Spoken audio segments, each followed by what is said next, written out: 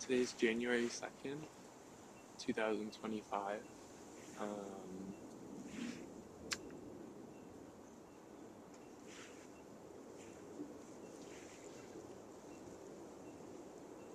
It's a gorgeous, very windy day here in Boston, Massachusetts.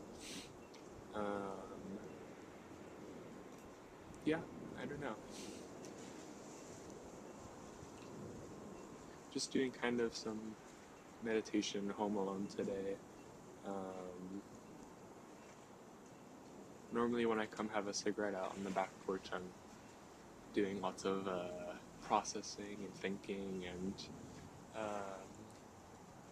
I like to come out here in the evenings because I have a great view of the planes taking off from the airport, and there are two very large pine trees that I can see, and they're kind of like, they like frame the sky behind it, and there's always a star to see, like right in between them, either that or the moon. For the past couple weeks it's been Jupiter. Right now it's Mars.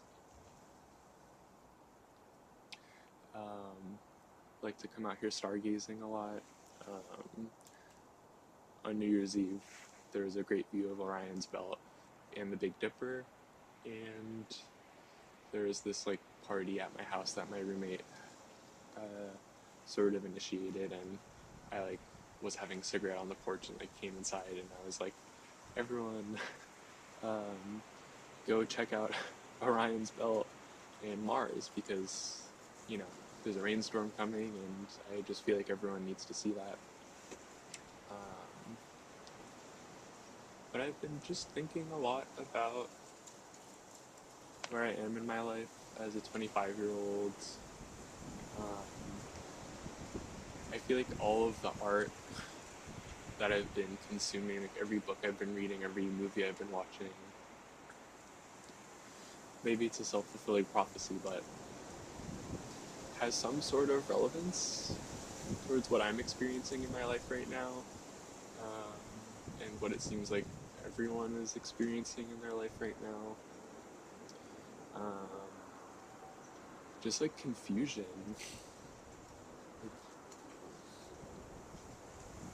Wondering if like the road ever straightens out, or like if the river is just like ever meandering.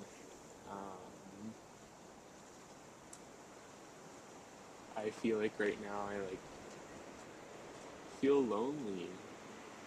Yeah, I feel lonely in like a romantic way, for sure. And I think dating someone would be nice right now, but I'm at that point that everyone probably knows where you want to date, but you're not ready for whatever reason.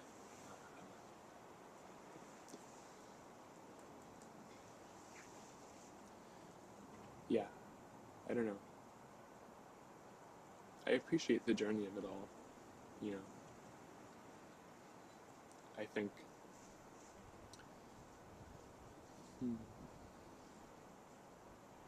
it's always so hard to like verbalize yourself in front of a camera, which is like why the vlog format is so important to me. It's like why I watch so many vlogs. There's like one YouTuber who's like doing a PhD in like vlog studies, who I'm like very fascinated by, and is like writing about like vlogging as like a form of embodiment, and vlogging as a form of embodied writing and embodied creation. And it really sparks a lot of thought in me about why it's so important to bare yourself, like your capital S self, to something foreign, like a piece of technology, something foreign, like an audience that you, or who you might not know, or even worse, an audience who you do know. I have been consuming a lot of Kaveh Zahedi content lately.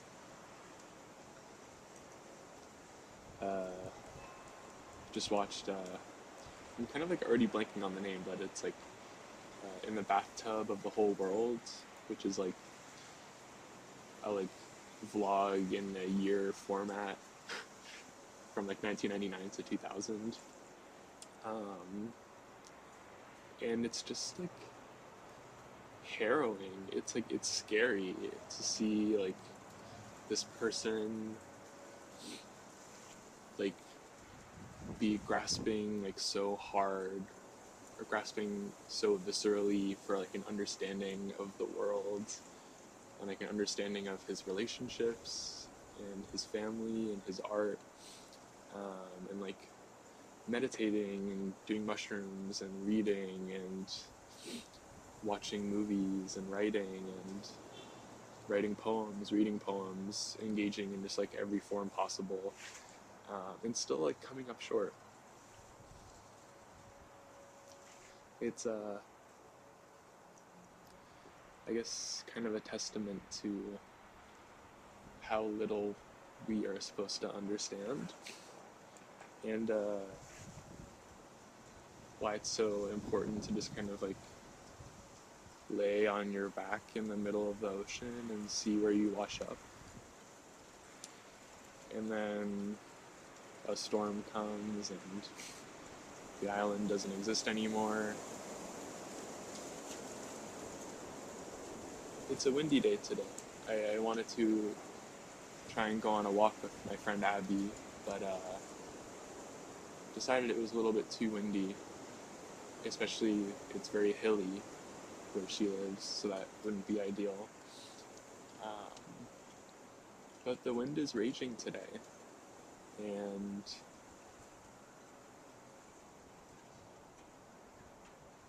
it makes me want to stay inside because I feel like the wind can just like erode the pain off of you, but also like deposits the sediment of confusion. Sometimes it just like cuts right through you. Sometimes it can just like tear your spirit up in like a way that's like oppressive almost. Um, but you know, then I come out here and I see the trees,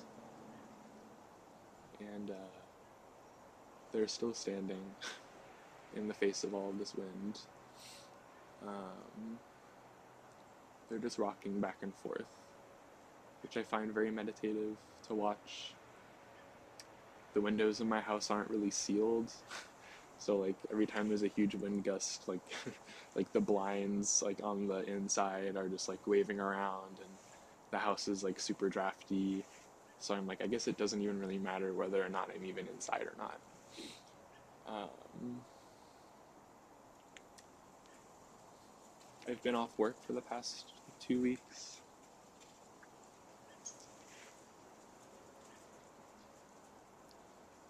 And it's nice to have hit sort of a reset button. And then you realize that you have no routine.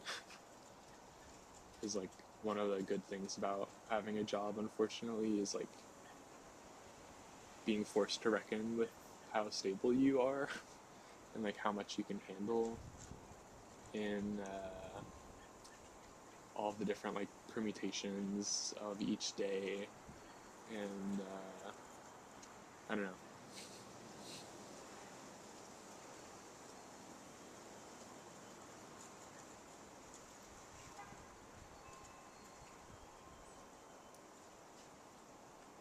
This video is only going to be as long as it takes for me to finish this smoke. Um,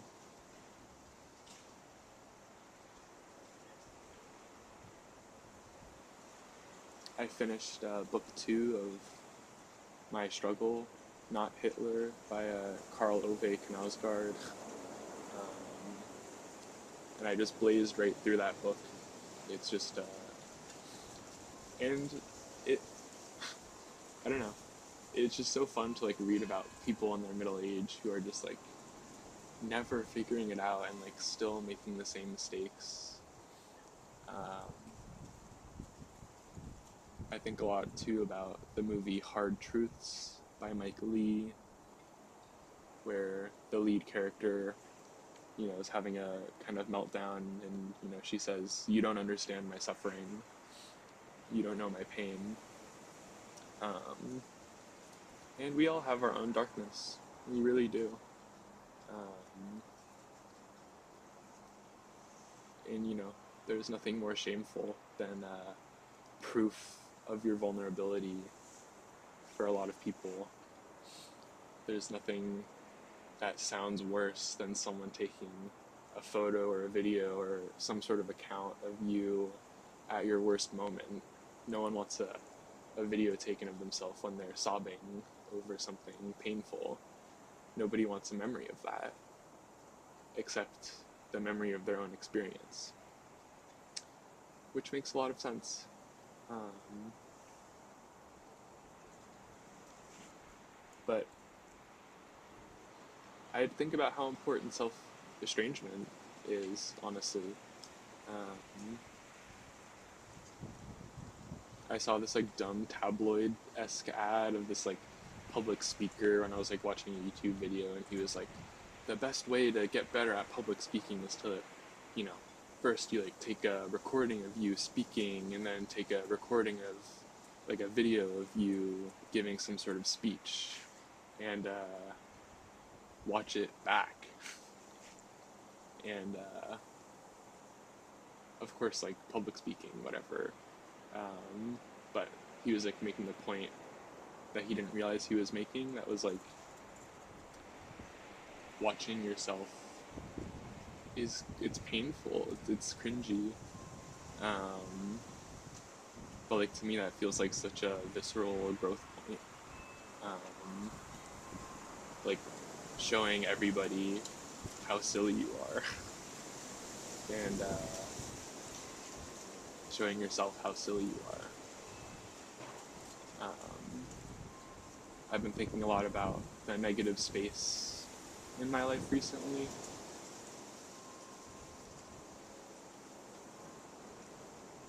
I like imagine like a lithography print that gets peeled out, and you know, in order to get the image you want, you have to carve out what you don't want.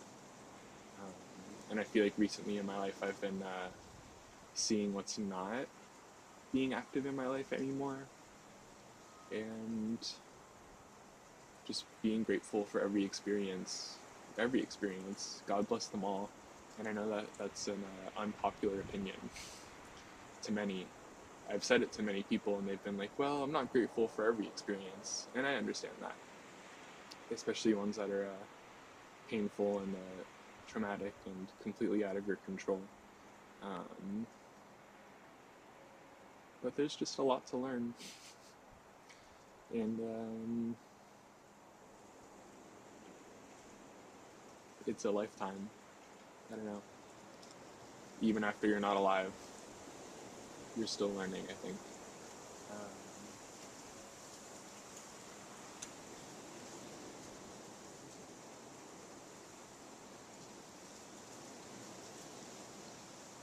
I'm finished with this. It's like 2 p.m. on a Thursday, I think, and I don't know what I'm gonna do for the rest of the day.